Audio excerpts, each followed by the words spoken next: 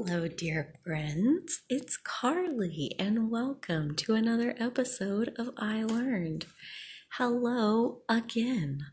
This is so awesome. I have like a 3 or 4 day streak going at this point, so that's pretty cool. I've been talking a lot about how good the energy is flowing right now. Uh, I think there's a lot of factors that play into that.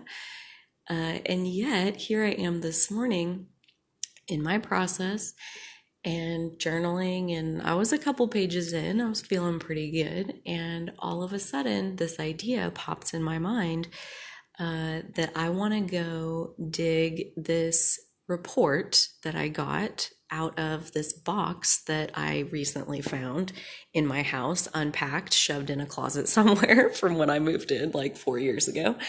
So that means I haven't ever messed with this report since I moved in. But I recently saw it, like recently as in like a week ago, week and a half ago, because I went looking for something else that ended up being in that box. So it's once again amazing how the timing of things unfolds. Because I had all but forgotten about this report. And so when I saw it there a week and a half ago, I thought, ooh, that would be fun. But I was on a mission at the time, and I was really into what I was looking for and what I was going to do with it when I found it, which I did it, and it felt really great, just like I knew it would. And so I kind of, again, forgot about the report. And then this morning, I'm journaling and feeling so good, and the report pops back in my head. And so immediately it's hell yes energy. I don't even have to think twice about it. I pop right up out of my chair and I go upstairs, get in the closet, look through the box, find the report, come back downstairs, and proceed to spend an hour reading through it cover to cover. It's 22 pages long, and it is on emotional intelligence. So that's what's on my mind this morning is emotional intelligence. And there's so much to say. It's such a deep topic. And reading this 22-page report this morning was so satisfying, so rich and so satisfying.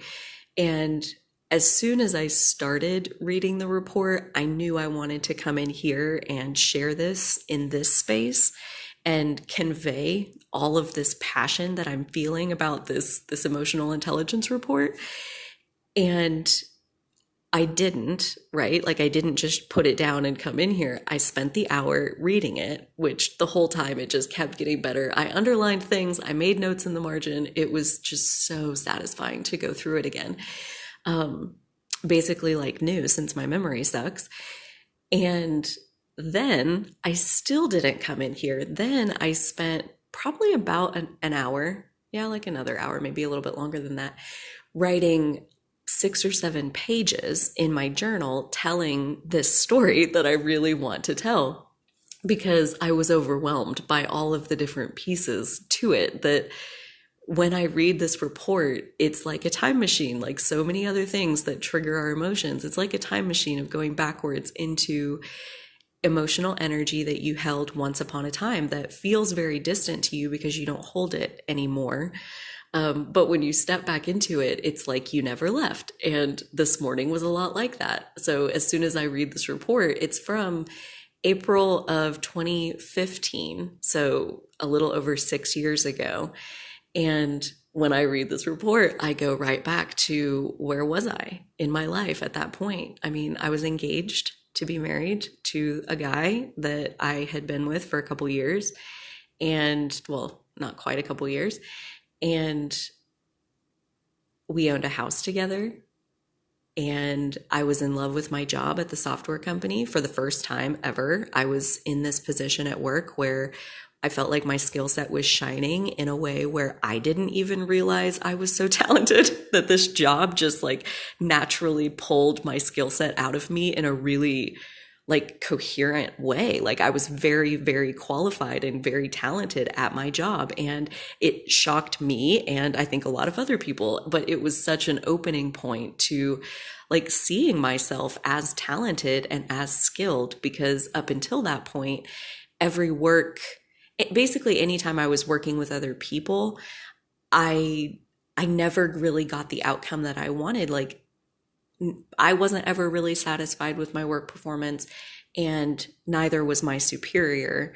And that just felt really shitty. And I felt like a lot of it was because I wasn't really doing a job that I was passionate about. I was doing a job that I was like, nah, like this is what they want me to do, so I'll do it and I'll make the best of it however I can, and I'll learn the skills that I can while I'm here. But this is not something that I'm passionate about. Like my heart isn't in this. I knew that. And I had no idea what it was that I was, gonna want to do, where my heart would be in it. And then it all worked out, which is a story for another day, to get me into this CDQA role. And it was, yeah, eye-opening. It was a really beautiful experience for me in my life. It lasted for a couple years. I worked in that job, and that was really the beginning. I got that job even before I started my self-awareness journey. So yeah, it was important to be able to see myself with confidence and appreciation that I was doing a good job. I was talented, I was skilled, I had good things going for me. That was brand new information that CDQA job helped bring to the surface. And I'll forever be grateful for that, because it was a really cool turning point in my life. And it was while I had that job, about a year into it, a little over a year into it, I got sent to, I was trying to remember like the larger training that this emotional intelligence report was part of. I know it was at University of Texas in Austin. We were there for 2 days. So they put us up at a hotel overnight. They paid for food, all of that. They paid for us to go to the course, and they gave us the 2 days off work. So like I did a whole thing in my journal about like how abundant all of that was, that, my employer saw enough value in the 30 of us that went to this training in that round to pay and invest that money into us. And, I don't know that I necessarily gave proper gratitude back then, but I definitely did today. So I felt really good about that. And that at that training, there were lots of different topics that we covered. Like I said, it was 2 days. And the last half of the second day was about emotional intelligence. And that was definitely the part that I was looking forward to the most, because it was about a year, again, a little over a year before that, that I had discovered Myers-Briggs. And my Myers-Briggs type is INTJ. That stands for introverted, intuitive, thinking, and judging. INTJ. And that was another step along the path that just, it came earlier. Like I give so much credit and I talk so much about Abraham and all of the amazing things that she has taught me through her body of work. Like I've called it many times life-changing, because it is and was and continues to be. But there were like 3 years of readiness that got me to the point of ready to hear what she was saying about emotions. Because when I very first found the INTJ Myers-Briggs type, the thing that resonated the most is, one of the main things that they say about INTJs is they're very emotionally detached, highly logical, highly strategic, looking at the big picture, maximizing the resources available, putting things together in an extremely logical way to maximize the benefit to as many stakeholders as possible. That's what INTJ is good for. And I resonated with all of that hardcore.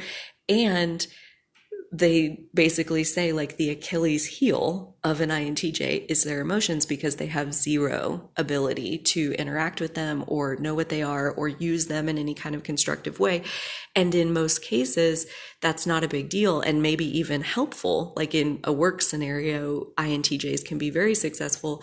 It's in personal relationships where your emotions play a huge part in being able to build and establish and maintain the longevity of personal relationships. And so I'm sitting there looking at that going like, well, my emotional or my personal relationships, the practicing ground for our emotions, I definitely have not had much luck in terms of sustaining things for long periods of time. It's difficult, and I didn't really understand why. And I guess on some level, I was probably really wanting to understand why. I was wanting for it to work out. Um, because yeah, like that INTJ personality type, like again, kind of like the CDQA thing, it put it into a perspective where I could appreciate my strengths for the first time. I could look at my collection of attributes and see that there was absolutely good included, where previously I had, more just beat myself up for all of the things that I wasn't good at, which there was a list, there's a list when you take that test of like, here's the strengths and weaknesses of your Myers-Briggs type. And everything on the weaknesses list resonated and was like, ding, ding, ding, ding. Yep. Check, check, check. It's all here. But right above that was a list of strengths. And every single one of those resonated as well. And for the first time through Myers-Briggs, I was able to start to see the good in myself, and coupled with doing CDQA, which basically played on all of the strengths of the INTJ personality type. It basically was like, you're cut out, you're perfectly made for a job like this. And I had that job at that time when I found that out. And so, like, really, really leaned into letting my skills shine in a new way that they had never had the right environment to shine like that before. So that was kind of that first step, was like realizing that even though I may be emotionally stunted, I do have lots of skills, and I can be proud of those skills while also working to develop, coping skills for the things that I'm not good at. So it's okay. It's a work in progress. I felt good about that. And that set me up to have the confidence to want to write an email. This is a fun part of the story that came up as I was journaling all of this together. Is okay, so February of 2015. Remember, I got the report in April of that year. So a couple months before, in February, I had the desire to write an email to my gonna be mother-in-law, the mother of my fiance at the time. Her name's Carla. And I wanted to write this email to her because she and I were not getting along.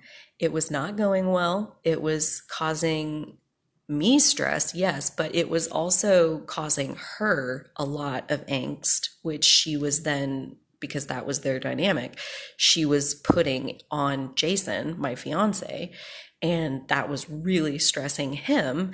And it was coming back again to me. So I'm like, oh my God, how do I get along with this woman? Because it's really rocking the boat on many fronts that I'm not getting along with her. And we have our whole lives ahead of us. I'm set to marry her son here in like 6 months, was the plan at the time. And so I'm like, I want to figure this out. I want to find a way to communicate with her.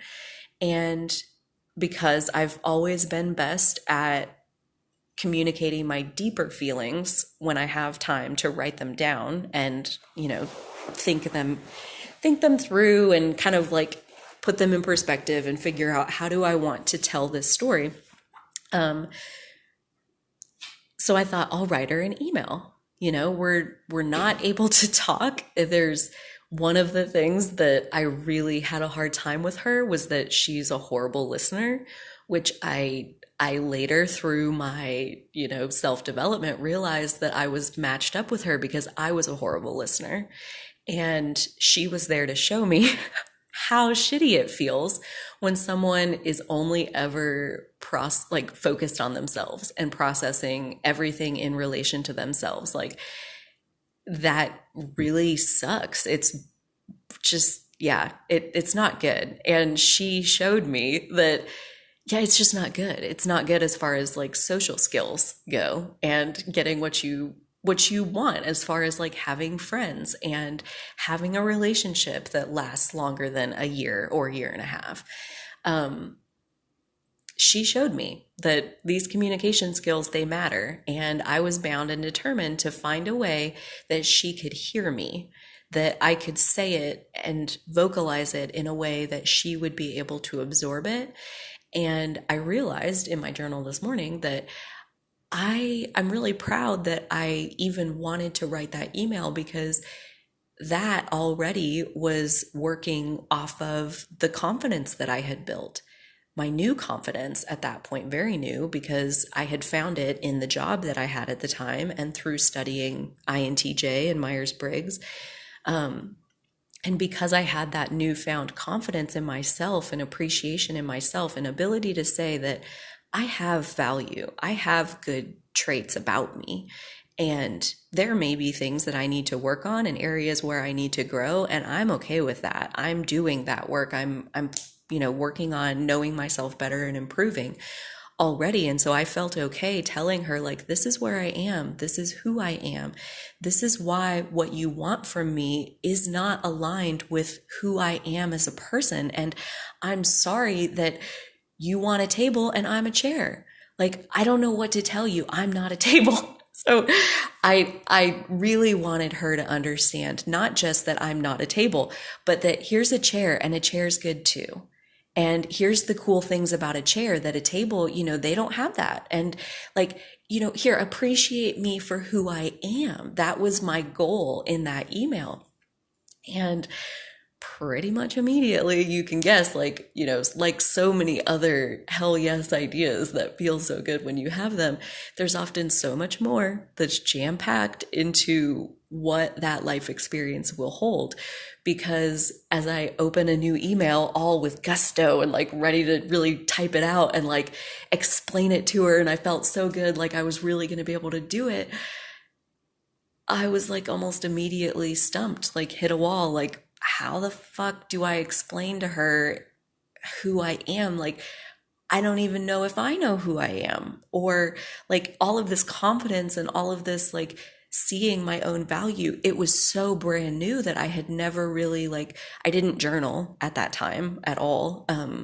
I was, kind of coasting on autopilot, I would say, at that time. But like, this wanting to write this email, it like really woke me up to, no, I've changed since I last checked in with myself, since I last like did introspective work, like since I last journaled or saw a therapist or like, did things to work on my insides. Like, I hadn't really done that consistently at that point. And when I go to write this email and it has this whole other tone that like is brand new space for me to want to tell a story that sounds like this. Like, I have no idea how to do that.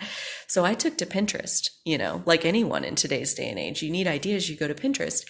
And I had a Pinterest account already, and I started a board called INTJ Female, and the name of that board is a whole story for another day. The very short version is that INTJ female is INTJ is the rarest female personality type. So out of all the women on the planet, there's like 1.2% of all women are INTJ personality. And that fact is probably one of the main reasons why I resonated so deeply with finding Myers-Briggs, because I felt like for the first time, there is something in front of me. There's a body of work in front of me that understands who I am. And that, again, was brand new territory. So I start my Pinterest board, INTJ female, and I go to work searching for INTJ female was basically where I started as far as searching on Pinterest. And I pinned the things that sounded like me, that resonates, that describes me. Yes, this one. And you read a few more and okay, no, not really these, but you read another, oh, yep, this one. And I sorted and sifted out of all of these things that I found that these are the ones that describe me. And my initial thought when I very first made the Pinterest board was that I could send a link to it to Carla and she could read them all. She could really understand me as much as she wanted. And I felt so good about that. I felt like, wow, look, I can build something that will show who I am. And I mean, fast forward to now, that Pinterest board has thousands of pins on it, and you can literally see my evolution as well, at least at the first few years of it, through the kind of content, the emotional frequency of the content that I was posting. You can see my negativity start to dissipate. You can see my self love grow. You can see all of these things take root, and the evolution of my being moved from this mostly dark space of not really loving my life. Like I don't feel like my true self lives here. This is not it doesn't resonate with my deep down self. And am I really going to, this was the question that ended up having me canceling my wedding a few weeks before it was supposed to take place, was am I really going to live in this life that doesn't resonate with my soul? That was like a brand new word that I didn't really live with an awareness of my soul, quote unquote. But I knew I could feel it. Like this life doesn't add up into me getting to express my soul level self. And that was beginning to rise to the surface. And again, only through first building up my own confidence to be able to see that there is good in me. Like back before, I didn't think there was good in me. I thought it was all bad. I was very mad at myself because my life was not working. And on some level, I think I already knew we create our own reality. So I knew this is my fault and I can't figure it out. I can't figure out how to do this, and that makes me bad. And that was kind of as far as I'd gotten. And through ISN, I really did build up my confidence because eventually, like I found my stride even in the jobs that weren't a fit for my passion. I worked on my skills, and eventually I did get to move into the job that was a fit. And through that coinky dink of the universe aligning, I got to see myself in a new light. And so, I mean, like, just building up the confidence was a step in getting me ready to admit that there's good in me. And that confidence let me have the gumption to write this. I mean, it was a really long letter to Carla, which I did. I wrote it to her. She never responded. Which I was okay with by that point because I had my shiny new toy of my INTJ female Pinterest board to play with and keep me occupied, because I became pretty much obsessed with that, with like searching other keywords and finding other things that were even outside of Myers-Briggs and outside of INTJ, and finding other things that told more of the story, because I knew this INTJ description is getting a lot of it, but there's still more. There's more to me than just this. And so I went in search of what is that more, and found all kinds all kinds of new vocabulary words that felt so good to learn. I think the main one that's like flashing in my head right now is self-actualization. It's at the, I believe, and I'm going to say all of this because it's coming to me, but I don't actually remember. So I believe it's at the top of Maslow's hierarchy of needs, which was something I learned about through this exploration of this Pinterest, creating this Pinterest board. So Maslow's hierarchy of needs says that, like, it's shaped like a pyramid, which I'm doing with my hands, but you can't see me because this is a podcast and sometimes I forget that. So it is shaped like a pyramid, and the bottom layer of the pyramid, so like the biggest piece of Maslow's hierarchy of needs, is like our basic survival. Like we need food, we need safety, like to not be chased by big animals. We need shelter, most likely for that. We need a source of water. We like those are the basic things that we have to have these needs met in order to ascend up the pyramid and move into that second layer of getting our needs met. And I don't, like I said, I can't even believe I'm pulling this much together, but you could totally Google Maslow's hierarchy of needs. And check it out, because the top layer, when you have all of your, there's different things, like those are your basics, and then you need like emotional support, and you need, I'm struggling for what there's about 5 layers. And the very top one, the very tip top of the pyramid is self-actualization. You need to establish your own individual authentic self-expression in this lifetime. That is at the top of everyone's pyramid. We all have that same exact end goal to get there, but a lot get stuck in, they don't have clean water. So they don't exactly get to do a lot of soul searching. They're pretty busy seeking out their next source of clean water. And, if they don't have enough to eat, again, no time for soul searching because they're probably at work. They're probably, looking for how am I going to feed myself today? That's the thought on their mind. So that's how Maslow's hierarchy of needs works, is like as you get your needs met, eventually you're freed up. Your capacity gets freed up to move into the next stage of getting your needs met. And the lower priority needs, if you will, like those things on the bottom, food, water, shelter, not getting eaten by predators, those things are non-negotiable. Like life doesn't continue if I don't get these needs met. So we have to start here. And so working my way up Maslow's hierarchy of needs, like it just made sense. And some of those middle levels are about emotions and getting your emotions managed. And so like that thought, that knowing and awareness of getting your, like managing your emotions and having that source of information, that was somewhat in my awareness. But going back to the INTJ discovery, I don't have emotions. I don't have any ability to manage them. I don't even really know what they are. Typically by the time I'm experiencing my emotions, it's an explosion. It's a meltdown of sorts, and like crying, screaming, kicking, throwing things, all of the best behavior you can ever imagine. So that was my experience of my emotions before, because I did not interact with them until they were exploding out of me. And then it wasn't so much interacting with them or managing them. It was like, how do I make it stop?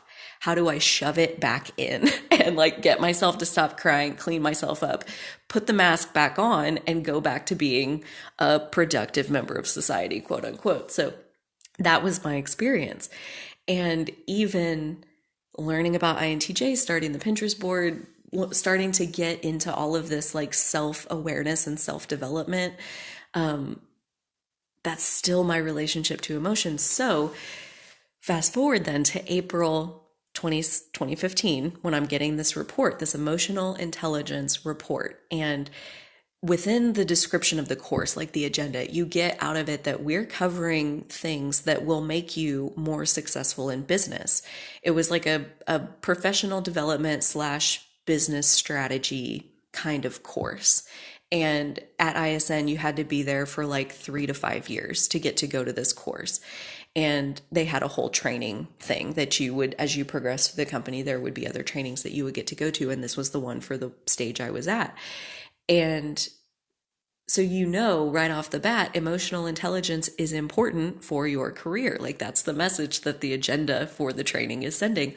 And I was instantly nervous because, oh shit, like I don't even have emotions. How could I possibly manage them? That was my operating assumption.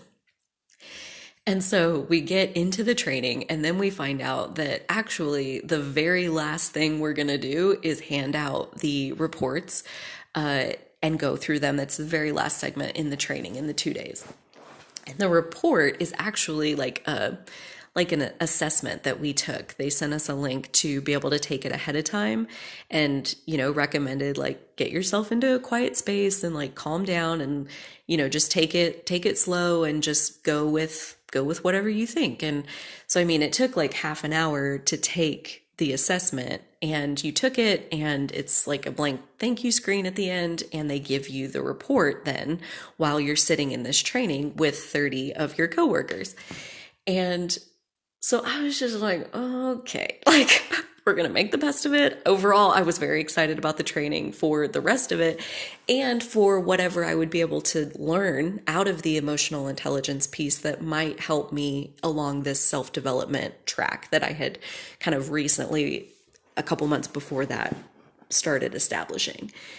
And so we get to the very end of the training, and the reports are in alphabetical order by last name. So that means that Wharton is the second to last report that he has to hand out. And so I sit there and I wait while he passes out all of the other reports. And meanwhile, I am like, I think I was having the build up to a panic attack because I was sweating, I was shaking, I was cold. I thought I was going to throw up. I really thought I was going to throw up. Like the nausea was just like really intense. I thought I was like looking around for trash cans to just in case I accidentally throw up real quick. Where can I put that? That's not right here in front of me on this desk. Um, I was like really trying to breathe deeply. And even the guy next to me, my buddy who was on my CDQA team, he noticed that I'm like freaking the fuck out. And I was like, oh my God, it's not going to be good. It's not going to be good. Like, just like really, really nervous. And he's like, dude, chill. Like, it doesn't even matter, like chill, like he was, which, yeah, anyway. So they get to my name and they hand me my report. And they had told us, like the number that's at the very bottom on the back page is like the percentile in the class. So not only did we get our scores, but they also were going to let us know like what percentile did you get in the group as far as like how your emotional intelligence compares to your peers. So I'm like, oh goody, an extra level of here's how much Carly sucks is that she's like in the 5th percentile or like, the bottom 5% of the class. Like, she may be good at lots of things, but like she really sucks at this. Like I was just like torturing myself. There's no other word for it. Torturing myself inside my mind, waiting for this report. And I finally have it in my hands and I flip it over and my score was tied for the best in the class with one other person. I was the 99th percentile. Like mine was the top score. And I still like going back to that emotion, it still just like kind of takes my breath away. Like just still like kind of on a roller coaster where you finally like tip over the top and like your stomach like rushes through your throat or whatever. And it's just like a queasy feeling in the pit of your stomach, but it's halfway pleasurable. It's like that. It's like, wait, what? What? And the way the training was structured was like they gave us that report and then they were going to feed us lunch. And then when we came back after lunch, it would be a few hours of like them unpacking the report and going through all the different pieces of it. So like right after they finished handing them out, it's time for a break and we're going to, take the break and have lunch. So I go up to the teacher and I'm like, there's gotta be a mistake. And I'm like trying to keep my voice down because I don't really want anybody else in the group to hear me. And I'm like, I don't know what happened, but I think my test is wrong. And maybe I should retake it so that we can just double check that, I think something malfunctioned the first time I took the test. I think, there's a mistake. And I'd really like to see what my real test score is. And he like took and he looked like he knew what was going on, right? He looked like, okay, I'm tracking with all of this. And then he took my test and he looks at it and he like looks at it and like has a frowny face on his face, looks back at me and looks at the test again. And he's like, starts laughing and he's like, well, this is a first. I've gotten the retake spiel many times, never because somebody thought their score was too high. I was like, okay, well, I guess I'm just a little bit shocked. I don't know how to account for this. And he's like, okay, well, how about this? How about sit through the session this afternoon and keep an open mind and see if it makes more sense then. And if you still want to retake it, I'll give you a new code and you can retake it. And so that's what I did. I chilled the fuck out and went to lunch, come back and sit through the afternoon sessions. And as they went through the report and as they unpacked each piece, I was like, yeah, you're right. I can do that. Yeah. And I mean, I'm coming up with examples as they're describing the different skills around, you're right. Like I do that. That does happen to me. I do that in my mind. Those are the kinds of, analysis and perceptions and thoughts that I have. Like okay, yeah, okay, I guess, yep. So wait, you're saying like I'm really good? I'm highly emotionally intelligent when literally 3 hours ago I was about to vomit because I thought everyone's going to know that I'm an empty robot. That was how I thought of myself, was I'm an empty robot. I'm a like all brains, like a computer. Like that's how I felt, was that I'm highly intellectual and that's just how I am. And it's okay that I don't have emotions because I make up for it in all of these other ways. That was the narrative about myself that I had crafted. And so to be handed a report saying, actually, you are just as, if not more, emotionally intelligent than every other person in this room, maybe minus the teachers, that piece of evidence didn't fit with the narrative that I had about myself. It was like my core beliefs of I'm an empty robot, I don't have emotions. I had proof in front of me that made those things wrong. It's not true. Yeah, it's not true.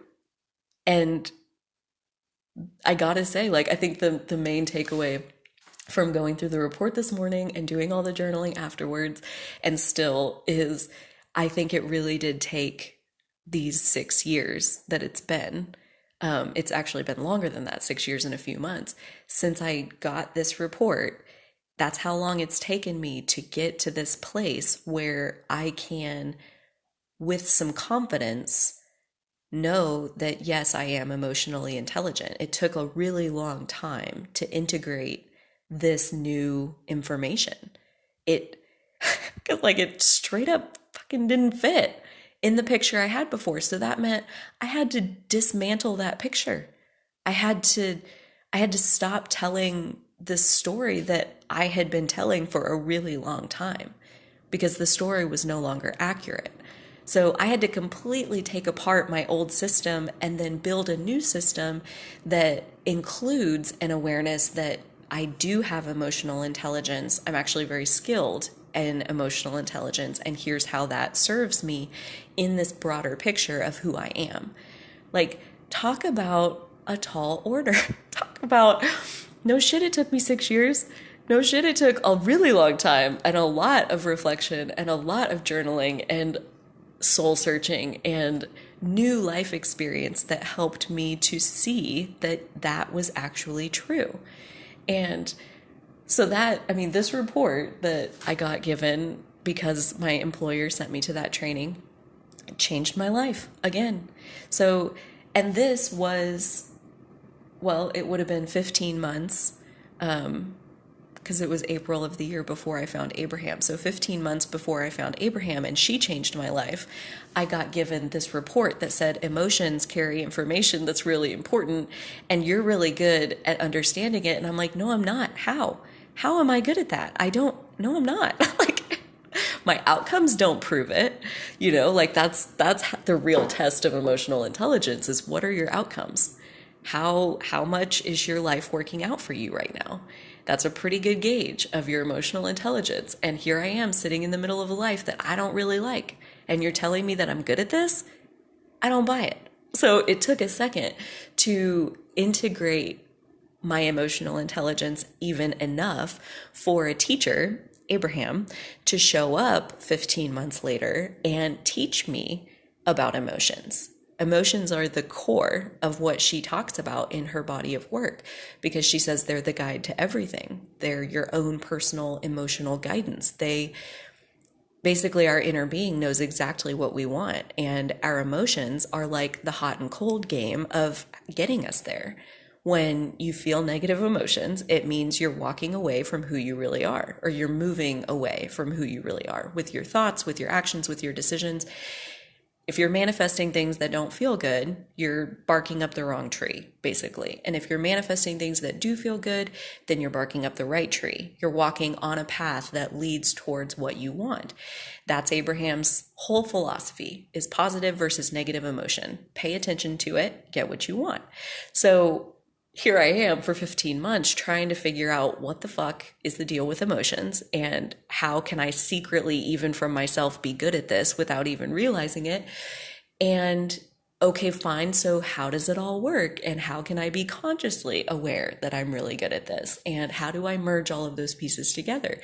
And for 15 months, I did that through Pinterest. I researched and I read what I could, and I watched YouTube videos, and I found Brene Brown through that rabbit hole of getting into my emotional intelligence, because she talks about vulnerability and shame.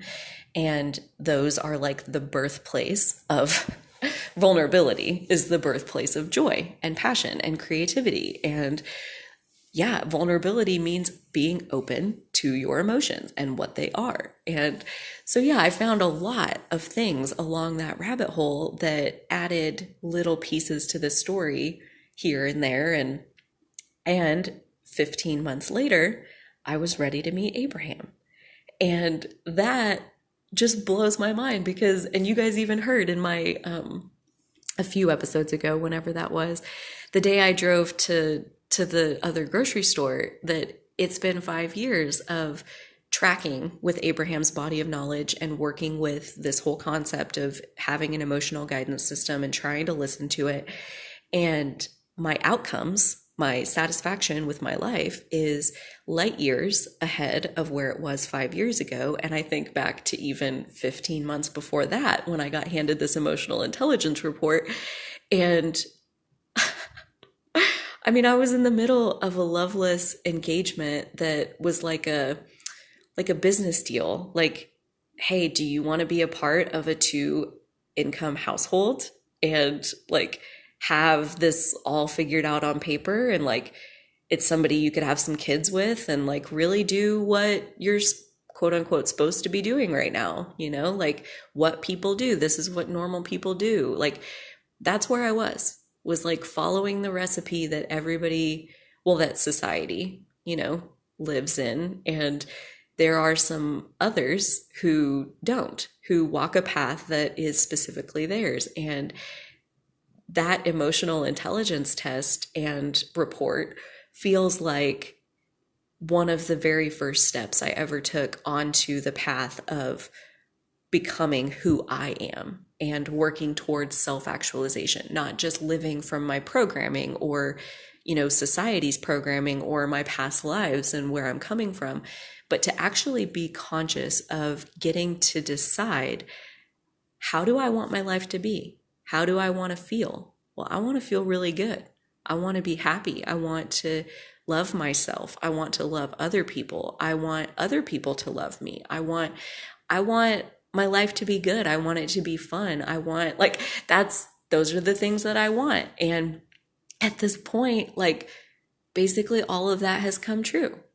And even more than Abraham, I go back to this emotional intelligence piece of setting me up to be ready to love myself. It has been such a dynamic process, one that I would not trade for the world. Like going through the unfolding, especially now, having some years under my belt and seeing how one stage fades into the next stage, and how the pieces, like how, you find Myers-Briggs, and then because of that, you're ready to hear about emotional intelligence. And because of that, you have questions, and a teacher appears who can answer those questions. And because of that teaching, you change your philosophy about life. You build new beliefs about how the universe works and what's possible. And if I leave my job and I work on my energetic grid full time to feel as good as I can feel, then life will manifest around me with good feeling things. Abraham gave me that theory, and I jumped off the cliff to test it and found that it works. It works, but it wasn't ever just a moment of like, hey, jump off the cliff, quit your job. No, it was like such a larger unfolding that, was a few years in the making, which my whole life in the making, really, if you want to get into it. But I also just really want to break down emotional intelligence. I realize I've already been rambling for 44 minutes and I haven't even taken a breath. I haven't even taken a sip of coffee. I'm psycho. I'm kind of crazy. Oh, it just feels so good. I love, love, love this topic. I think that is probably obvious. So, but I do want to break down emotional intelligence for you a little bit in case it is something that is ringing your bell. If it's new, I want to give you kind of the highlights of what is included in this skill set, because emotional intelligence is not just one thing. Uh, it's a collection of abilities. And this test that I took and the report that they gave me, which is, I'll post the front page of this because it has like all the copyright stuff and the author's names and all of that, the work that they're basing this on. But it's called the Meyer Solovey Caruso. I'm sure I butchered all of those. Meyer Solovey Caruso Emotional Intelligence Test. It's like the mesquite is what the acronym looks like. Um, 22 pages. If anybody can find like where you can take this, like online, if you like buy a code or whatever to take it, please let me know that, because I definitely launched a rocket of desire this morning to be able to take this again, because I took it from thinking I was a robot and was like top of the class. And now I actually have worked on building my emotional intelligence skills. I would love to see how the result compares. So anywho, so emotional intelligence, they break it down in here into 4 areas. And then each of those 4 areas was also broken down into 2 subset areas. And so they tested and gave scores on all of those levels. There you get like an overall score, you get a score on each of the 4 abilities, and then you get a score on each of the 2 subsets under each ability. So it's a very detailed, very thorough report. Highly recommend. But the 4 abilities that go into emotional intelligence are perceiving emotions, using emotions, understanding emotions, and managing emotions. And these 4 abilities, they very much build on each other. So the very first piece of being emotionally intelligent, really being emotionally intelligent means you're well developed in all 4 of these abilities. But the very first step that is how you would even have the information needed to do the other 3 abilities. The very first step is perceiving emotions. You need to be able to read emotions in the world around you. And a lot of how to develop how to perceive emotions goes back to perceiving your own emotions. But this was where I scored the highest, was perceiving emotions. And basically what the report said was that you're really good at reading people. Like you can tell by the look on their face, their tone, their body language, how they feel. And you can label that feeling and be right about how they feel. You can accurately read emotions on other people. And this is probably the reason that, and this is what came together in my journaling this morning, which is interesting because we've already laid a foundation of my mother wound. This is probably where my feeling like I'm an emotional robot, that I actually don't have emotions, I'm not good at emotions.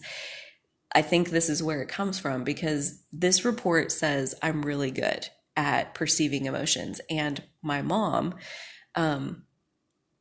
has told me my whole life that I'm not. That like I would try to ask if this was the feeling, like a lot to do with my dad or my brothers. I'm observing their emotional state and I'm commenting on it to her because that was, one of my most trusted relationships. And she's reflecting to me that I'm incorrect, that that's not the case, that isn't how they feel. Like I don't need to worry about it, which was probably true. And that was probably her point. But she tried to convince me that I don't need to worry about it by also telling me that I'm wrong about what I'm sensing in the first place, and to basically mind my own business. And so I just kind of like got to this point where I lost trust. I believed that like, well, yeah, I mean, I have a sense of what I think they're feeling, but I know that's not what it is. I know that's not right because I've been told enough times that I'm wrong. But here's the thing, when I can sense an emotion that the other person doesn't want to face, or like in that example with my mom and dad, like I'm sensing his emotional state and I'm telling it to her and she's not ready to face that that's where he is, that's what he's feeling. And so she's telling me that I'm wrong. And it's not that I'm wrong, it's that she doesn't want to see it. And my little girl Carly self had no idea that that was actually what was going on. And so these last 6 years of practicing this, like, I mean, I scored at like an expert level on perceiving emotions. And I was like, no way, no way. I can't do it, because I had been taught by people, my mother, that I wasn't good at it. I wasn't right. I might have had this sense and I might have felt like I knew, I might have felt like I knew, but I didn't. Like that was the evidence that she had been giving me. And so I trusted her. I trusted what she was telling me, that I was wrong, that I was barking up the wrong tree. I wasn't correct like I thought I was. And then I was just really confused because it felt like I was correct. It sure seemed like that to me. And it took a long time for me to basically just trust that my perception was accurate and not what somebody else wanted to say about it. Even, I've also a lot in my romantic relationships, anybody up close to me, I can sense their emotions. I can read them. And again, a lot of people aren't ready to have you read their emotions, right? Like you're commenting on them and giving them information that they don't want. And so they tell you you're wrong. And so it's taken me a long time to learn that no, my read is accurate, and to be able to trust that. And I feel like I'm still even in some stage of learning to trust that and letting myself do it like as my default response. Once I give something some thought and sit with it for a while, I do come to trust my own opinion on things, but I still have enough of that residue, like we talked about yesterday, in my pipes. I have enough of that left over that it's not totally a default response to just trust my emotional read of the situation. So, even that, like we haven't even separated perceiving emotions into the two subset abilities, but you can be really good at perceiving emotions and still not think that you are, because you don't trust your abilities, because you're trusting outside information instead of your own emotions. So there's a reason I spent so long on this very first point, because perceiving emotions, like we said, is the basic gateway into emotional intelligence. And if you don't trust your own ability to perceive emotions, you don't trust your emotional intelligence, period. Your foundation is cracked. And any other ability that comes later, you're not going to trust the outcome. So it doesn't even really matter. So that was amazing. That was very, like, that's why I say it's taken me 6 years, because this piece about my mom has never been a part of this emotional intelligence thought process until today. So even 6 years later, after getting handed this evidence of my own emotional intelligence, I'm still practicing trusting myself and trusting that this piece of evidence is actually real. So yeah, that's really good.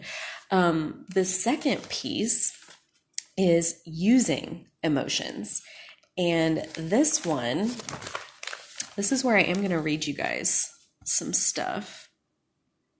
This is where using emotions comes in handy, and it's a lot for leadership. And this is again where we go back to your outcomes. Are you getting what you want? One of the skills, one of the ways that we use emotions, and I'm reading this directly out of the report, is to generate enthusiasm for a project and energize, direct, and motivate a group as well as yourself. So the ability to do that, the ability to get yourself excited or get yourself in the mood to do something. That's how you use emotions. I say it all the time. I like to have fun. I'm really good at making things fun. And I already knew that about myself. And I just never knew that that's actually a skill where I'm using the emotion of fun to help me direct my thinking around whatever it is that I got to do. If there's a task I don't want to do, my first step is how can I make this fun? And then as I think about that task, I'm thinking about it through the lens of this is going to be fun. And that's an example of using emotions. So this one, I didn't score in the expert level. I scored as skilled. And so they also talk about like how you might continue to develop this. So this is, let's see. This score measures your ability to employ your feelings to enhance your cognitive system, which is thinking. Oh my goodness, you guys, this is telling me that we can only sit on here for 60 minutes. And I am currently at 55. So I am going to finish using emotions, and then I'm going to come back in another little episode and finish this. Okay, so this score measures your ability to employ your feelings to enhance your cognitive system, which this was a brand new vocab for me. It just means thinking, and as such can be harnessed for more effective problem solving, reasoning, decision making, and creative endeavors. Of course, cognition can be disrupted by emotions such as anxiety and fear, but emotions also can prioritize the cognitive system to attend to what is important and even focus on what it does best in a given mood. These changes in viewpoint, Emotions also change the way we think, creating positive thoughts when we are happy and negative thoughts when we are sad. These changes in viewpoint force us to view things from different perspectives. Such shifting viewpoints may foster creative thinking. So all of that, like using emotions, feeding into our creative process, talk about instantly intrigued. So I'm going to put a pin in this right here. I will be right back to do a follow-up that will include the rest of this emotional intelligence discussion. So thank you for listening, and I hope you stick around for part 2.